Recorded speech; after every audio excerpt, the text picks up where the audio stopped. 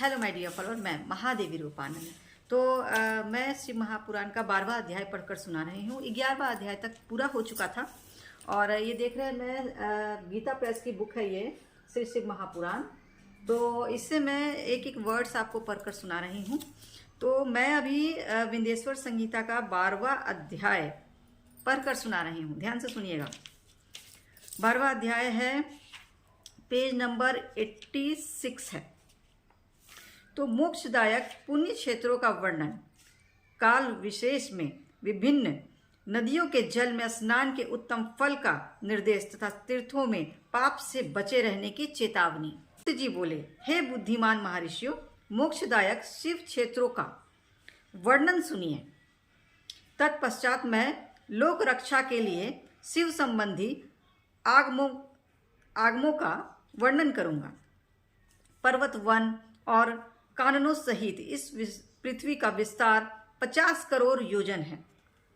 भगवान शिव की आज्ञा से पृथ्वी संपूर्ण जगत को धारण करके स्थित है। भगवान शिव के भूतल पर विभिन्न स्थानों में वहां के निवासियों को कृपा पूर्वक मोक्ष देने के लिए शिव क्षेत्र का निर्माण किया है। कुछ क्षेत्र ऐसे हैं जिन्हें देवताओं तथा ऋषियों ने अपना वास स्थान बनाकर अनुग्रहित किया है, इसलिए उनमें तीर्थत्व प्रकट हो गया है। तथा अन्य बहुत से तीर्थ क्षेत्र ऐसे हैं जो लोकों की रक्षा के लिए स्वयं प्रादुर्भूत हुए हैं। तीर्थ और क्षेत्र में जाने पर मनुष्य को सदा स्नान, दान और जप आदि करना चाहिए, अन्यथा वह रोग, दरिद्रता तथा मूकता आदि दोषों का भागी होता है। जो मनुष्य इस भारतवर्ष के भीतर स्वयंभू तीर्थों में वास करके मरता है, उसे पुनः मनुष्य योनि ही प्राप्त होती है। हे ब्राह्मणों, पुण्य क्षेत्र में पाप कर्म किया जाए तो वह और भी दृढ़ हो जाता है। अतः पुण्य क्षेत्र में निवास करते समय थोड़ा सा भी पाप ना करें। जिस किसी भी उपाय से मनुष्य को पुण्य क्षेत्र में वास करना चाहिए। सिंधु और गंगा नदी के तट पर बहुत से पुण्य क्षेत्र हैं। सरस्वती नदी परम पवित्र और 60 मुख वाली कही गई है, अर्थात उसकी 60 धाराएं हैं। ध्यान से सुनिएगा। जो विद्वान पुरुष सरस्वती की उन धाराओं के तट पर निवास करता है, वह क्रमशः ब्रह्म पद को पा लेता है। हिमालय पर्वत से निकली हुई पुण्य सलीला गंगा 100 मुख वाली नदी है। उसके तट पर काशी और अनेक पुण्य क्षेत्र हैं। वहां मकर राशि के सूर्य होने पर गंगा की तट भूमि पहले से भी अधिक प्रशस्त और पुण्यदायक हो जाती है। सोनभद्र नद की 10 धाराएं हैं। वह बृहस्पति के मकर राशि में आने पर अत्यंत पवित्र तथा अभिष्ट फल देने वाला हो जाता है। उस समय वहां स्नान और उपवास करने से विनायक पद की प्राप्ति होती है। पुण्य सलीला महानदी नर्मदा के 24 मुख स्रोत है।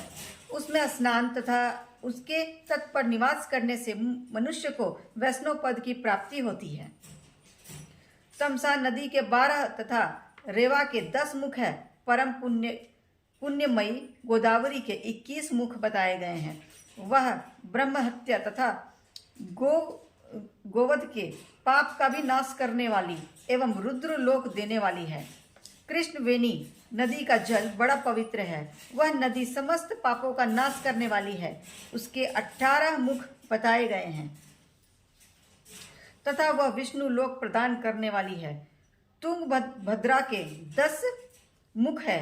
वह ब्रह्मलोक देने वाली है। पुण्य सलीला स्वर्ण मुख वाली मुखरी के 9 मुख कहे गए हैं। ब्रह्मलोक से लौटे हुए जीव उसी के तट पर जन्म लेते हैं। सरस्वती, पंपा, कन्याकुमारी तथा शुभ कारक श्वेत नदी, ये सभी पुण्य क्षेत्र है। इनके तट पर निवास करने से इंद्रलोक की प्राप्ति होती है।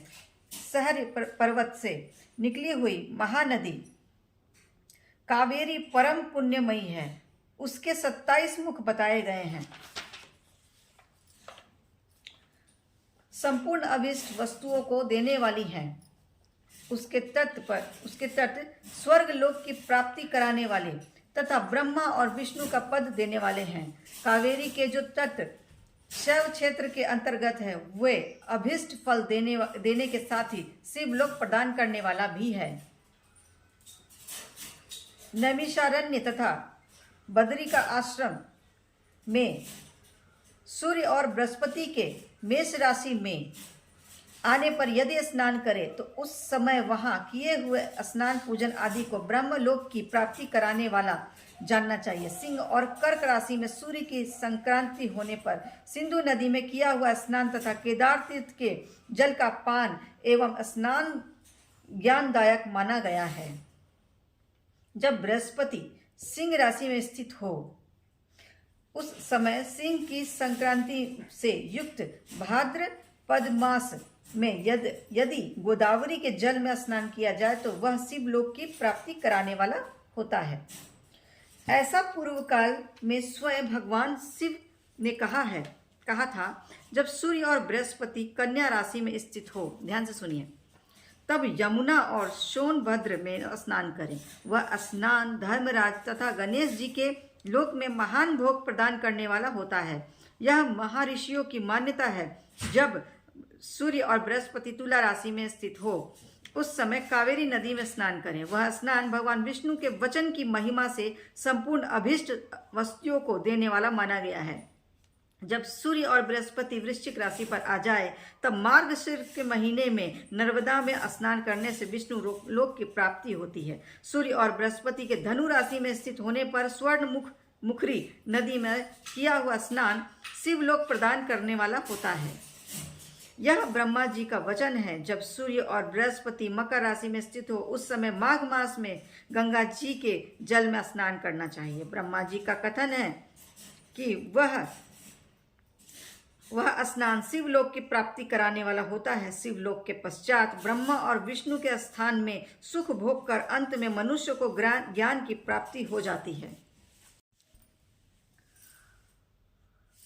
माघ मास में तथा सूर्य के कुंभ राशि में स्थित होने पर फागुन मास में गंगा जी के तट पर किया हुआ श्राद्ध, पिंडदान अथवा तिलोदक दान पिता और नाना दोनों कुलों के पितरों की अनेकों पीढ़ियों का उद्धार करने वाला माना गया है। सूर्य और बृहस्पति जब मीन राशि में स्थित हो तब कृष्णवेणी नदी में किए गए स्नान की ऋषियों ने प्रशंसा की है। उन महीनों में पूर्वोक्त तीर्थों में किया हुआ स्नान इंद्र पद की प्राप्ति कराने वाला होता है। विद्वान पुरुष गंगा अथवा कावेरी नदी का आश्रय लेकर तीर्थवास करे। ऐसा करने से उस समय में किए हुए पाप का निश्चय ही नाश हो जाता है। रुद्रलोक प्रदान करने वाले बहुत से क्षेत्र हैं। ताम्रपर्णी और वेगवती ये दोनों नदियां ब्रह्मलोक की प्राप्ति रूप फल देने वाली हैं। उन दोनों के तट पर अनेक स्वर्गदायक क्षेत्र है। उन दोनों के मध्य में बहुत से पुण्यप्रद क्षेत्र है। वहां निवास करने वाला विद्वान पुरुष वैसे फल का भागी होता है। सदाचार, उत्तम वृत्ति तथा सद्भावना के साथ मन में दया भाव रखते हुए विद्वान पुरुष को तीर्थ में स्नान करना चाहिए, अन्यथा उसका फल नहीं मिलता। पुण्य क्षेत्र में किया हुआ थोड़ा सा पुण्य भी अनेक प्रकार से वृद्धि को प्राप्त होता है तथा वहां किया हुआ छोटा सा पाप भी महान हो जाता है।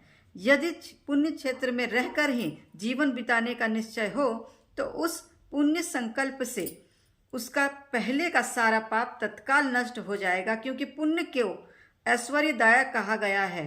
हे ब्राह्मणों, तीर्थवास जनित पुण्य कायिक, वाचिक और मानसिक सारे पापों का नाश कर देता है।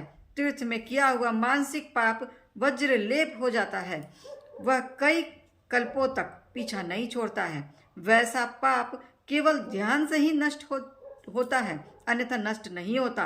वाचिक पाप जप से तथा कायिक पाप शरीर को सुखाने जैसा कठोर तप से नष्ट होता है।